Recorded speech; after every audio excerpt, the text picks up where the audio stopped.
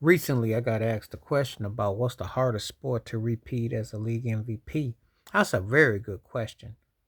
Uh, and, you know, how do you really answer it? I gotta think. See, basketball keep moving the rim up. Sometimes they say the winning ruck and all that. Well, Shea Chris Alexander should have gotten MVP, but they gave it to Jokic last year. So it's a popularity contest. That's how I would basically. I think the hardest sport to probably be a league MVP in. It depends on what their criteria is. I would probably say, in all honesty, if I'm looking at the three majors, if I'm going to MLB, baseball, or football, if I'm looking at baseball, football, and basketball, the hardest sport to probably get it is probably the NBA. And I'll tell you why. Because they tend to go more popularity. And once they give it to certain people, the others. But then there have been years when certain other people should have gotten it and they didn't do it. So sometimes, or they've used two great teammates to cry argument against each other like they did with Shaq and Kobe. Even though they didn't do that with necessarily with Kareem and Magic. But they have different rules. They're very strange. But I gotta say the NBA is probably the tougher one because they make it up as they kind of go along with it. The NFL, usually for guys having a great season, there's no argument. I think the problem I have with the NFL, they could have the AFC and the NFC MVP. I think they could do that because they still the Pro Bowl. So why don't you have two different conferences? I think that's how you solve a lot of it. Or you could have it as a tie, but you should give it to each conference. Should have a say.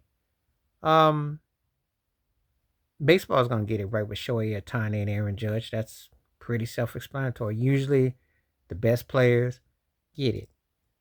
They have different rules within the NBA, so I think the NBA won. But it's a really good question because for so many years you've seen some guys who've gotten it, and you kind of wonder how did they get it, why did they get it, um, you know, what was the criteria?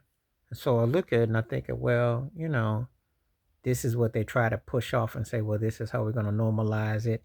We're going to, compose it as such. So I just don't, it just hits differently with that. But that's kind of how I would look at it. I probably say that yeah, the NBA's one is probably because they got so many ways that they go about it, and it's not clear cut. And it needs to be East and West. They should have been had East and West MVP, but since they're not doing that, then they talk about best team, best with winning with a record. So what's your criteria?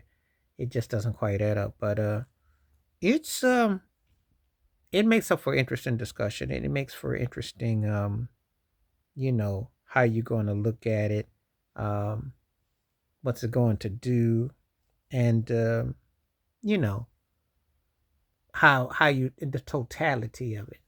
Yeah, because I think about that for a moment, you know, and no one argues. The NFL is real rigman and rigman about quarterbacks usually getting it. Sometimes running backs get it. It's always usually offensive players. You never see a defensive player, so that's the hardest as far as a position that's not offense, I would say. And baseball is always about statistics. So you have to have a dominant season. That's what they go by.